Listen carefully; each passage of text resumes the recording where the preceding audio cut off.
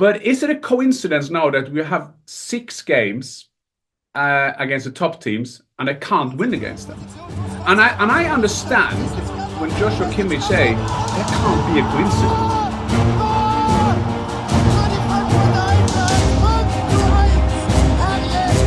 Hi and welcome to the Fussball Channel here back in the hotel. We're together. Yeah, Hotel Hilton Paddington. Hilton Paddington. Tell us a bit about first of all, before we go into it, tell us about the essence or why the Hilton is so good in Paddington, because there are other options, but you insist on being here.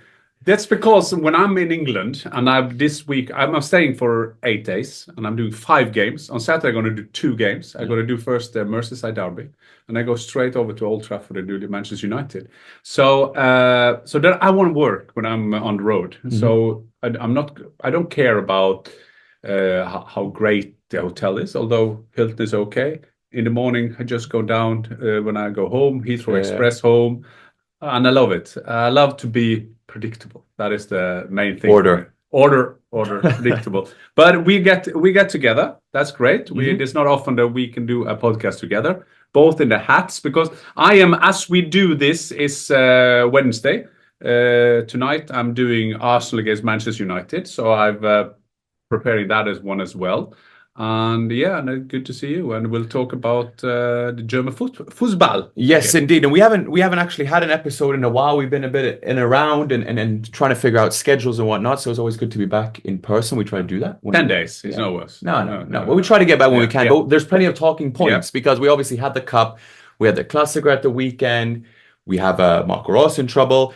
But it's Wednesday. Eintracht play RB Leipzig in the Cup. Yes. So we'll have to wait and see in terms of that. But that's what we try to explain is that we have Leipzig against Frankfurt tonight. Yeah. I mean, we know when people listen to this, if Frankfurt will win against Leipzig, maybe Rose will go, maybe not. We don't know. Yep. So that's why we try to concentrate then on the game from last night, because that was a hell of a game. Very good game indeed. And it's... it's Bayern Leverkusen in the Cup. It's a high-flying Bayern, a lot more improved Bayern side under Kompany. Maybe not. We mentioned the fact that they are 2 points below what they were at the same point last season. But that was much because of Leverkusen, who were leading them with 35 points. And now they went up against Leverkusen again. And now that it's been 5 games since Bayern have won over Leverkusen. 3 of them have been at the Allianz Arena. Before we go into sort of the topics we have in mind, how did you see the game? Well, it's interesting, although we have to go into the topics because I think you're right. Kompany has sorted them out a bit. They are good to watch. Mm-hmm. They are more a fluent kind of game. There's a lot of players who have done better than last season. I mean, it wasn't hard. They were 3rd in the league last season, which for Bayern is terrible. And at that moment for any coach that will come in is a great way to start. And Kompany, we know he wasn't the first choice, but he still managed to kind of put his handwriting on the game. What's left for him is that he's not doing well against the big teams. So when we then analyze the games, if you see, I saw an interesting interview this morning with Joshua Kimmich. Mm-hmm. And he said, we are struggling against the big teams. And he was talking about more or less between the lines, there was 6 games. So it's PSG, twice against Leverkusen, Dortmund, Frankfurt, and Barcelona. Yeah. So that's 6 games. And they've played, so that's the big 6. I'm so proud that Eintracht Frankfurt is one of them. Mm-hmm. So if we kind of take these games down, they won 1 of them. That was against PSG. He won 1-0. That is a fact. Yes, and Bayern fans, and I see that as well, because even yesterday when they played 10 against 11, they were probably the better team. So Eintracht Frankfurt away, even Frankfurt fan can say they were the better team. But at the end, Mamouche, who else, scoring the goal, so it's 3-3. Dortmund was not a good game. They were lucky that Musiala kind of got that equalizer.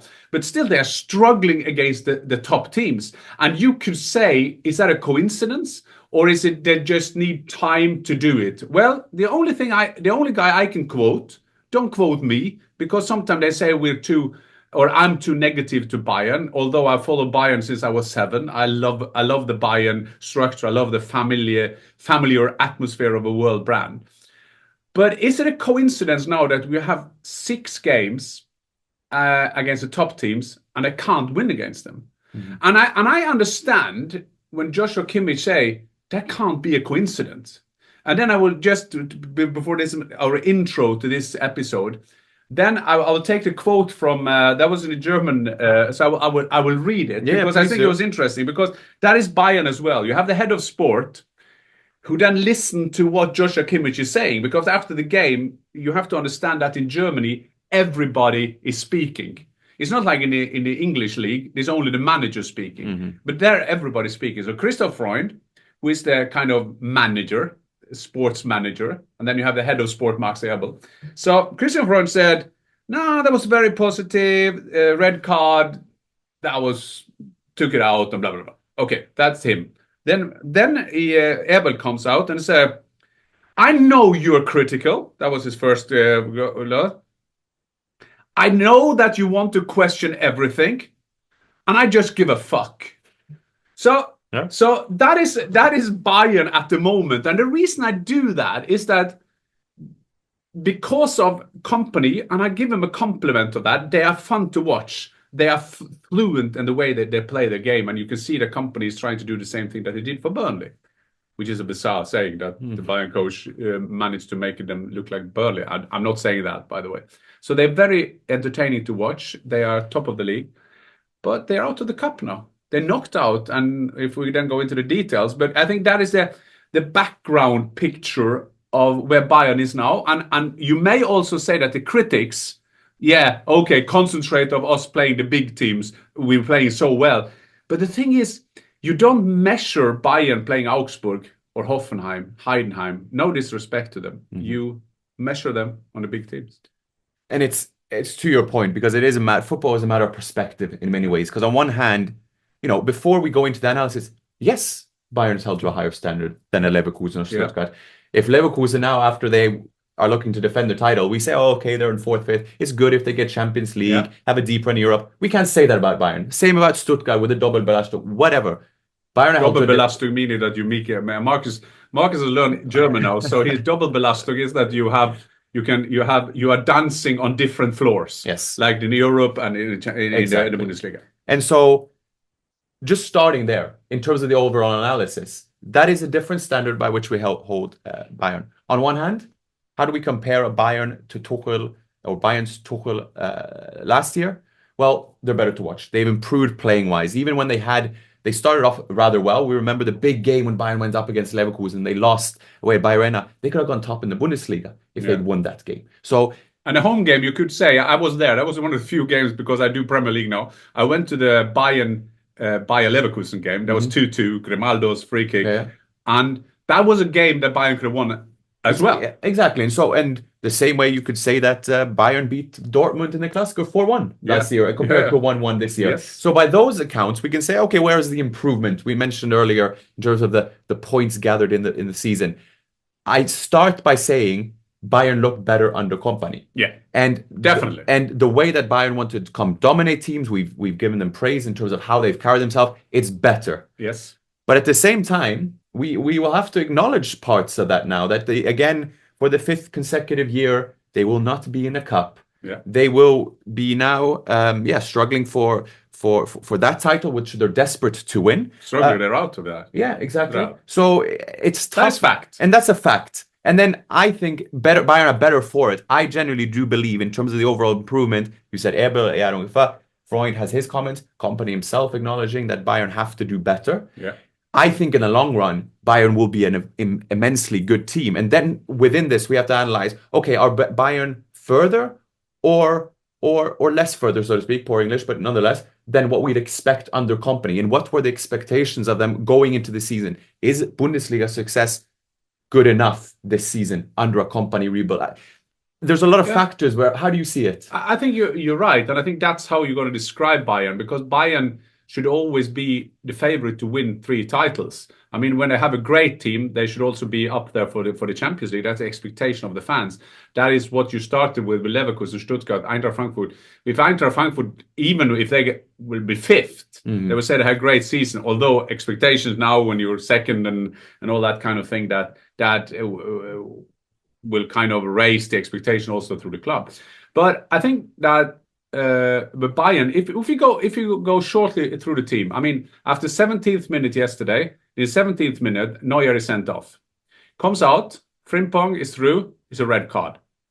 It's not even a harsh red card, it's a red card. You think, yeah? Yeah, I think it's a red card. And I think people accept that. I've not seen anybody said, oh, that was strict. Well, there was debates about whether he was actually last man. And yeah, you could say that because the defenders were close to him. But I think that was fair enough.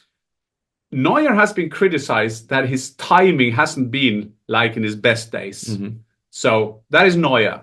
It's a big decision to be made. What do you do with the goalkeeping situation? I think Neuer, like everybody else, keepers, he wants to play on. But Neuer still, he's not a weakness of the team. I saw Didier Hamann saying he is a weakness of the team. I don't agree with him 100%. No. He's not a weakness, but maybe not the strength that he used to be. No. Kompany has kind of sorted out the defense. That has surprised me that he has made Kim and Upamecano into a good pairing. I didn't think that he would do that. Then people would say, who would be critical, say, yeah, but against the big teams, and fair enough.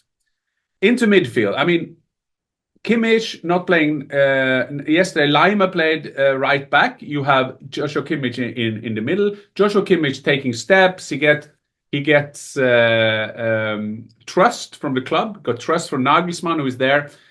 But there's a lot of thing now hanging on Musiala. So Musiala, a fantastic player, one of the best players in the world. And with Flora Wirtz, they played both strikers yesterday. Musiala put in there because Harry Kane is injured. Tell, who has should be the replacement for him, helping out. Gnabry, Leroy Sané yesterday had to be taken off because they had to do something about their. They had to take an outfield player out because they wanted a goalkeeper. Perez is coming in. So I think in different departments, Bayern haven't improved. But what do you say? The proof is in the pudding, and the pudding is the top games, and that's what Joshua Kimmich is alluding to. Oh, so happy there. Allude is I love that word. I was just thinking, oh, what do you mean? Sound very smart. I was very smart that we're alluding to. That's what he tried to say in his leadership role. He could be the next captain of Bayern. He's the captain of Germany, and so on and so on. So yes, I think Kompany has taken them further, but I think it's as well that although they are good to watch, the Bundesliga is lying a bit because Eintracht Frankfurt, with all the respect to my Frankfurt and the Mamouche and the thing they are attacking, Leipzig not playing as they should. Leverkusen haven't played, although they are back now a bit. They took 3 points now and they're slowly coming back. Dortmund, not up to their best. So the big challenges to Bayern this season are not there. I expect them to win the league. I absolutely expect them to win the league. And if you, after the season, say, listen, we won the league, we got knocked out of Leverkusen, Champions League, so you can get away with it. Yeah. But the thing is, do you then that's why I started with the quotes, because it depends which angle you go into their performance. You can say that we've been unlucky, we're playing well, Neuer is sent off, or you can say this is not Bayern. We played six games against the top teams. We have lost one. We have won one, and the rest hasn't. They haven't been winning at all.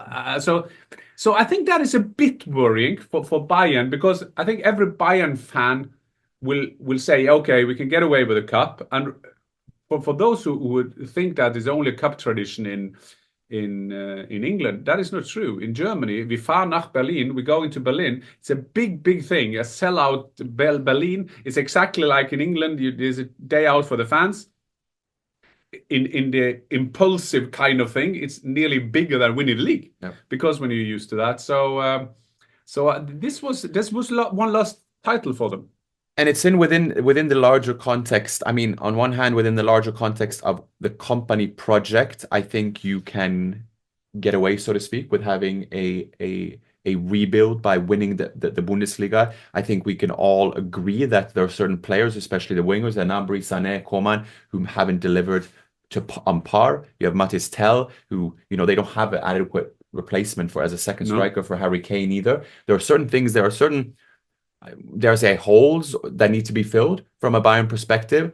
You can get away with a good year now, and you see improvement, and that's the important thing. If it wasn't playing improvement, but also within the larger context of Bayern's history as 20-time German Cup champions as they are, the fact remains that they haven't won the cup since 2020. So they're knocked out again for the fifth.